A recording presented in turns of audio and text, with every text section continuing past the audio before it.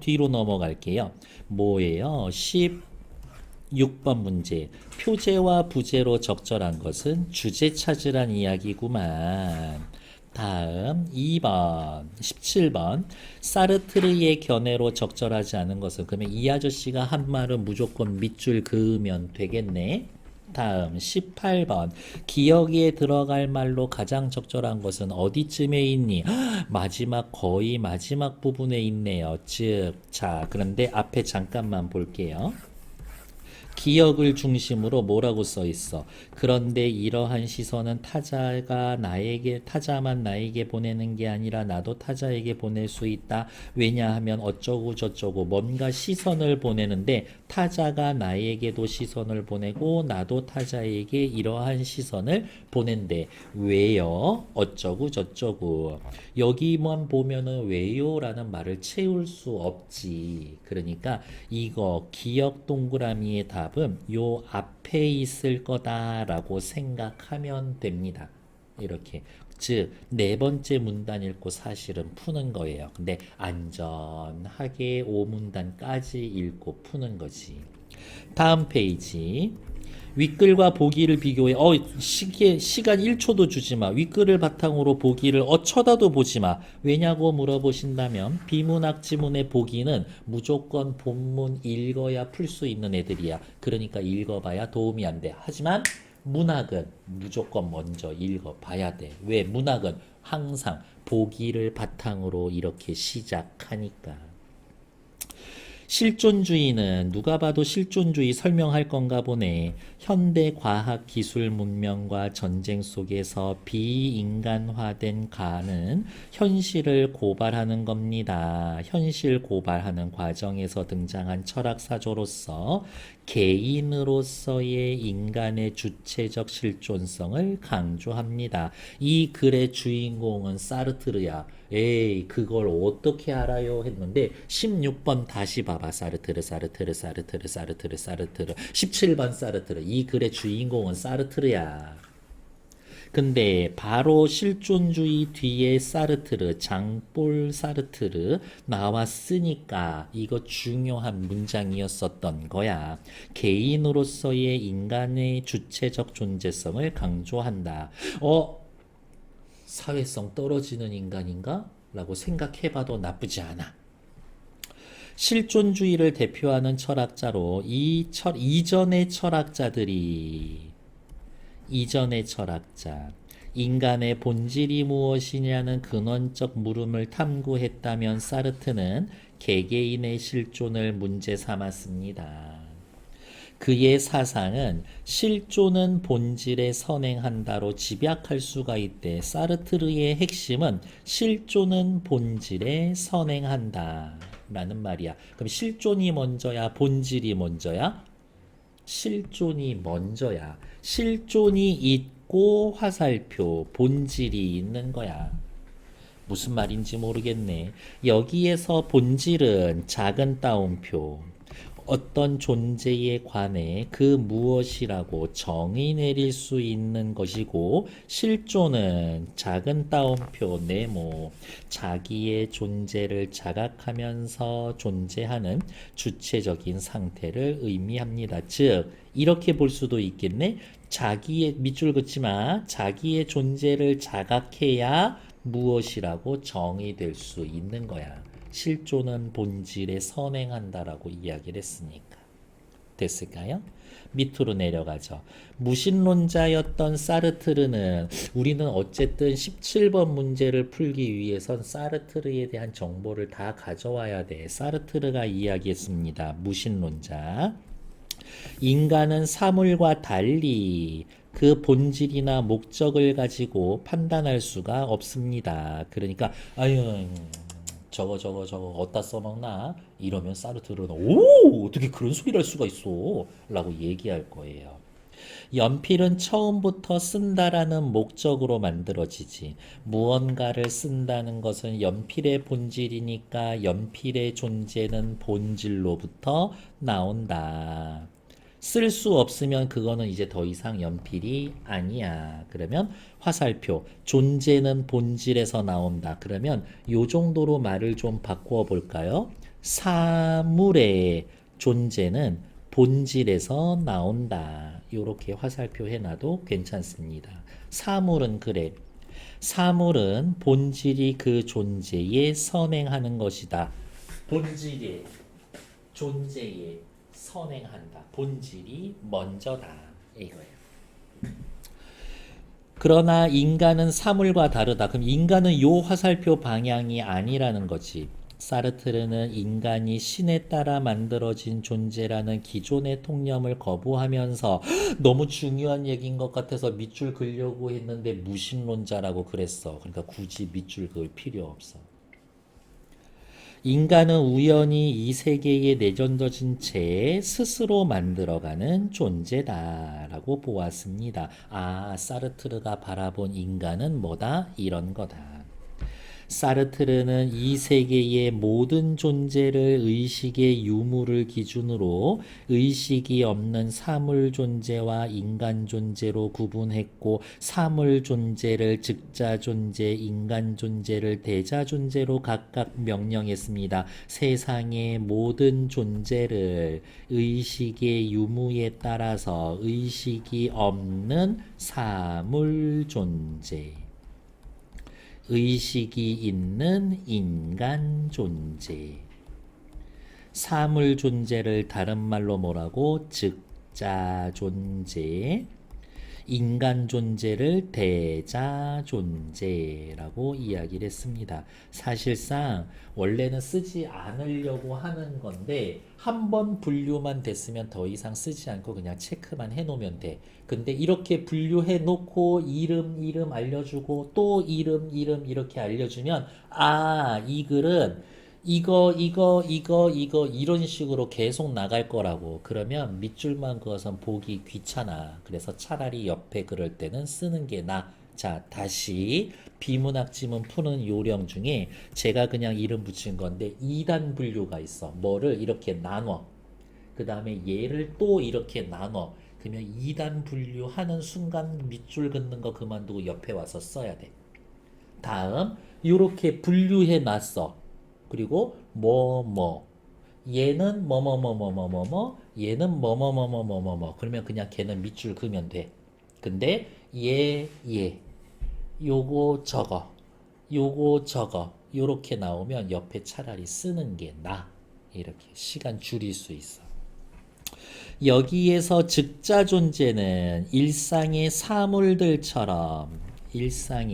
사물들처럼 의식이 없기 때문에 그 자리에 계속 그것인 상태로 남아 있어. 그 상태 그대로. 반면에 대자 존재는 자기 의식을 가진 존재다. 따라서 자기 자신을 대상화해서 스스로를 바라볼 수가 있다.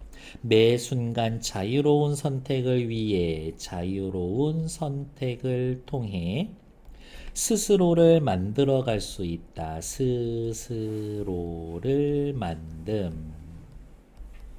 그런데 모든 것이 인간의 선택으로 결정이 된다면, 스스로 만든다면 책임도 져야 한다. 스스로 만들어가면 책임이 아니라 책임이 생겨. 그래서 사르트르는 진실한 인간이라면 책임감이라는 부담 때문에 부담이 생겨. 번민이 생겨. 그 번민이 아니라 번민의 원인이 되는 자유로부터 도피하고 싶은 욕망이 생깁니다. 도피 욕망. 그래서 갑오개혁 이후로 공식적으로 노예제가 폐지가 돼서 너네 이제 나가서 살아라고 할 때 주인님 제발 저희를 버리지 마세요. 이런 노비들이 엄청 많았다라는 거야. 어떻게 해야 살아야 할지 모르니까 이렇게 너무 무서운 상황인 거지. 그런 건. 또한 사르트르는 무슨 말이냐, 여기서부터 요만큼까지 몇 글자 안 되는 거 그냥 읽으면서 그대로 옮긴 거 밖에 없죠. 조사 어미 빼놓고 요거 가지고 하나 풀 수 있을걸. 이렇게 내가 쓰면은 무조건 뭐야 선지에 하나 나온다라고 생각하시면 됩니다. 거기에서의 나는 여러분들 자신이에요. 내가 아니라. 또한 사르트르는 인간의 자유로운 선택이 타자와 연관이 있다라고 여겼습니다. 자유로운 선택은 타자와 연관된다. 왜냐하면 내가 주체적 의식을 가지고 살아가듯 타자도 주체적 의식을 가지고 있어서 내가 아무리 주체성 의지, 주체성을 지닌 존재라 하더라도 내가 아무리 주체성을 지닌 존재라고 해도 나를 바라보는 다른 사람은 나를 즉자 존재처럼 객관화할 수 있기 때문입니다. 자, 그냥 그림을 그리면 요 정도인 거야. 내가 있어. 내가 있어. 나. 이걸 바라보는 나는, 나에게 나는 뭐야? 주체야. 하지만 남에게 나는 객체야. 남에게 나는 대상이야. 남에게 나는 그냥 물건하고 동급이야. 남한테 나는. 그렇지. 그래서 어디가 있냐? 사르트르는 타인의 시선으로 규정된 인간을 일컬어 대타 존재라고 명명했다. 작은 따옴표에 영어까지 있으니까 일단 네모. 뜻은 타인의 시선으로 규정되는 인간의 모습. 내가 용재를 보면서 아 귀여워 라고 이야기를 하면 나에게 귀여운 용재는 대타 존재인 거야. 예를 들어 길 걷다 친구의 장난스러운 표정이 떠올라 웃었다고 가정해보자. 그러한 상황을 모르는 타자는 저 사람 실없네 라고 시선을 보낼 수 있어. 하지만 타자에 의해 실없다. 타자의 실언으로 규정되는 실없다라는 것은 대타 존재인 것이다. 됐을까요? 저 사람 실없네 라고 생각하는 그 사람은 뭐야? 대타 존재 아니지. 그 사람 입장에선 이렇게. 그런데 이런 시선은 타자만 나에게 보내는 게 아니라 나도 타자에게 보낼 수 있다. 왜냐하면 나는 너를, 너는 나를, 여기 봐. 나는 너를, 너는 나를 객체로 대상으로 물건으로 취급할 거니까. 서로가 서로를 객체로 대상으로 물건으로 취급할 거니까. 18번 답 찾아주세요. 그래서 사르트르는 나와 타자가 맺는 관계는 공존이 아니라 갈등과 투쟁. 그래서 타자는 지옥이다. 타인은 지옥이다. 라는 극단적인 표현까지 썼다. 그 드라마도 얼마 전에 있었죠. 고시원 같은 데서 그냥 사람 죽이는 왕눈이 이렇게. 그런 드라마가 있었어. 그러나 그는 이렇게 자신이 타자의 시선에 노출되더라도 남이 나를 물건 취급해도 자신의 행위를 계속해서 나가야 한다. 자신의 선택에 따라 행동하며 타자가 받아들이도록 만들어 타자를 자신의 선택 속에 끌어올 수 있는 거야. 그래. 너 나를 그렇게 대우하고 취급해. 괜찮아. 끊임없이 난 포기하지 않고 나는 너를 나한테 가져올 거야. 그러니까 인간은 참된 자아를 찾기 위해 타자의 시선을 두려워하거나 피할 게 아니라 극복하고 자신의 행위를 선택하며 살아가야 한다. 이게 이어지고 쉬운 말이 되면 뭐가 되는 거야? 그냥 네가 좋아하는 일 해. 남의 시선 신경 쓰지 말고 이런 말이 나오게 되는 거지.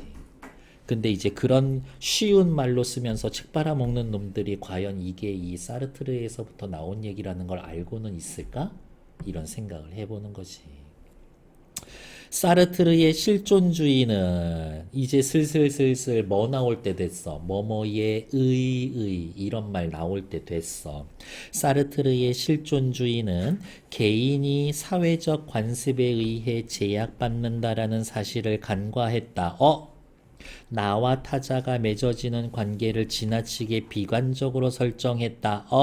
비판을 받기도 한다. 사르트르에 대한 비판. 하지만 그의 실존주의는 주체성을 상실한 채 획일화되어가는 우리의 삶을 반성하게 하고 주체적이고 개성적인 삶을 살아가도록 도움을 준다라는 점에서 오늘날까지 그 가치를 높이 인정받고 있다. 여섯 번째는 사르트르의 철학의 한계.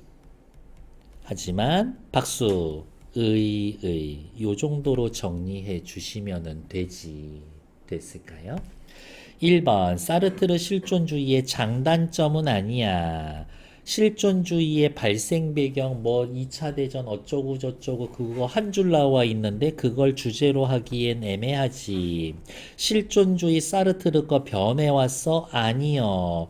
사르트르 실존주의의 특성 얘기했어. 우리 박수 쳤잖아요?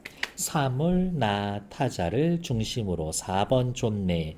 실존주의의 주요 개념과 한계. 이러면 나쁘지 않을 것 같은데 자유와 책임의 상호관계 요거를 굳이 이야기하지는 않았지. 탈락. 정답은 4번.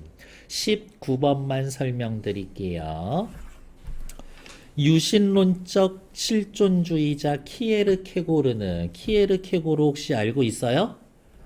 알겠습니다. 죽음에 이르는 병이라는 책을 쓴 아저씨예요. 저도 한때 사르트르 빠져 있으면서 읽으려다가 저도 포기한 책이기는 하지만 유신론자야. 인간은 누구나 죽음에 이르는 병에 걸리게 되어 있지. 그 병의 이름은 절망이지. 절망했다라고 자기 자신을 깨우치고 어떻게 해야 돼? 신 앞에 다가가야 한다. 이렇게 이야기를 할 거예요. 인간은 스스로의 결단을 통해 자신의 삶을 결정할 수 있다고 보았다. 스스로의 결단. 그는 참된 자아의 실현을 3단계로 나타났는데 쾌락을 추구하면서 살아가는 미적 실존.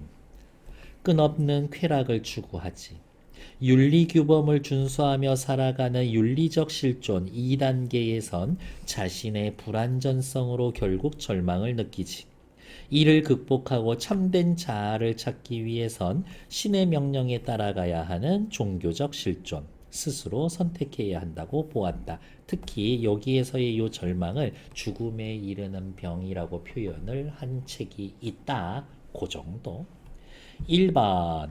일단 무시하라고 그랬죠. 키에르케고르와 달리 사르트르는 신에게 의존하지 않아. 그치? 무신론자였잖아. 근데 키에르케고르는 신에게 다가가라. 키에르케고르와 달리 1번 괜찮아. 사르트르와 달리 무시해. 키에르케고르는 자아실현 과정 3단계. 그런데 사르트르는 자아실현 1, 2, 3단계 얘기한 적 있나? 없지. 2번 괜찮아. 3번 사르트르와 키에르케고르는 모두 인간이 자신의 삶을 주체적으로 결정할 수 있다고 키에르케고르 스스로 결단할 수 있다라고 이야기를 했어. 사르트르도 그런 얘기 했었나? 사르트르도 대충 비슷한 얘기 했을걸요? 어디? 인간 존재는 자기 자신을 대상화해서 자유를 선택하고 스스로를 만들어 갑니다. 라고 이야기했으니까 둘 다 인간은 스스로 선택해서 사는 거야. 얘기했지. 아주 좋아. 잘했어. 4번 사르트르와 키에르케고는 모두 참된 자아를 찾기 위해 극복해야 할 대상. 사르트르는 뭐를 극복하라고 그랬어? 책임을 져야 한다라는 부담감에서 벗어나야 된다고. 키에르케고르는 어디에서? 절망에서 벗어나야 한다고. 둘 다 뭔가에서 벗어나야 합니다. 얘기했지. 틀린 건 5번. 사르트르와 키에르케고르는 모두 윤리규범과 같은 사회적 관습을 중요하게 생각했어. 여기 볼까요? 사르트르는 개인이 사회적 관습에 의해 제약을 받는다라는 사실을 간과했다. 너무 가볍게 여겼다. 사르트르는 사회적 관계 얘기를 하지 않았어. 그러니까 틀린 거지. 됐을까요? 20번 보기만 같이 읽고 여러분들 16, 7, 8, 20번 네 문제 푸시면 돼요. 18번은 이미 풀려 있지만 선생님 저는 어렸을 때부터 누가 장래 희망을 물어보면 늘 의사라고 대답했는데 고2가 되면서 제가 정말 의사가 되고 싶은지 의문이 들었어요. 내가 진짜 원하는 게 뭔지 고민하게 되었어요. 왜 그런 생각을 했니? 의사라는 꿈이 제 꿈이 아니라 부모님 꿈이라고 들었거든요. 생각이 들었거든요. 저는 어렸을 때부터 너는 의사가 될 거야 라는 말을 들으면서 살았어요. 그래서 당연히 의사가 되어야 한다라고 생각했죠. 부모님의 시선에 봤을 때 학생은 어떠한 존재야? 즉자 존재 같았었던 거지. 아직은 대자 존재 아니야. 그런데 제가 정말 의사가 되고 싶은지 의문이 들었어요. 이때는 인간 의식이 있지. 대자 존재야. 부모님의 시선에 비친 이 학생은 즉자 존재야. 그렇구나. 그런데 처음부터 고민해야 할 일이 정해진 사람은 없어. 처음부터 해야 할 일이 정해진 사람은 없어. 다른 말로 인간 너는 그래야 돼. 너는 의사가 될 거야. 변호사가 될 거야. 판사가 될 거야. 정해지지 않았어. 주어진 본질이라는 것은 없어. 네 꿈은 네가 고민해서 선택하는 게 맞지 않을까? 그렇긴 하지만 부모님이 반대하시면요. 어떤 선택을 하든 네가 선택한 것에 책임감 있게 행동을 하면 부모님도 너를 인정해 주지 않을까? 부모님도 너의 선택을 인정해 주지 않을까? 비슷한 얘기 어디 있었어? 여기 있었어. 여기. 자신의 선택에 따라 행동하며 그것을 타자가 받아들이도록 함으로써 타자, 부모님을 자신의 선택 속에 끌어올 수 있게 하는 거다.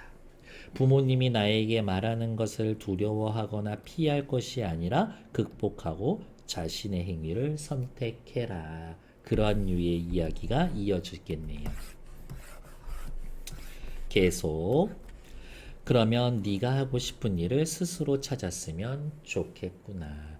17, 어디가 있냐? 20, 17. 두 문제만 푸시면 되죠. 18번까지 여유 있게 2분 30초 드릴 거예요. 시작. 18번의 정답은 5번이었었죠. 서로를 물건 취급할 겁니다. 다음 17번 사르트르의 견해로 적절하지 않은 것은 사물의 본질은 존재에서 나온다. 존재가 먼저야? 아니야. 본질은 존재에 선행한다 그랬거든. 그러니까 1번 틀린 거지. 자유로워 범민이 생길 수 있어. 모든 존재는 아까 저는 영어에 all이라고 써드렸고요. 의식의 유무로 모든 존재는 의식의 유무로 나눌 수 있습니다. 이렇게 해서 썼었죠. 2번, 3번 괜찮아. 인간은 대자 존재, 내가 나를 볼 때에는, 남이 나를 볼 때에는 대타 존재. 개인과 개인은 갈등과 투쟁의 관계로 이어져 있어서 타자는 지옥이다 라는 표현을 썼지. 잘했어. 다음 20번 먼저 했어야 되는데 왜 그랬을까? 학생은 장래 희망과 관련하여 스스로를 대상화해서 바라보고 있군. 잘했어.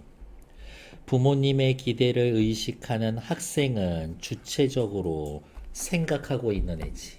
그러니까 대타 존재가 아니라 대자 존재지. 부모님에게 있어서 학생은 대타 존재. 그렇게 볼 수는 있지. 하지만 주어가 학생은이야. 학생은. 선생님은 선천적으로 주어진 본질은 없다. 어머, 어쩜 이렇게 미리 잘 써놨을까? 예습했으니까요. 학생이 의사가 되기를 바라는 부모님은 대자 존재야. 부모님은 대자 존재야. 스스로 의식이 있으니까. 학생은 장래 희망과 관련된 선택에서 타자의 시선, 여기에서의 타자는 누구야? 부모님이지. 시선을 고려하고 있음. 괜찮죠. 틀린 건 2번. 됐을까? 일단 정치.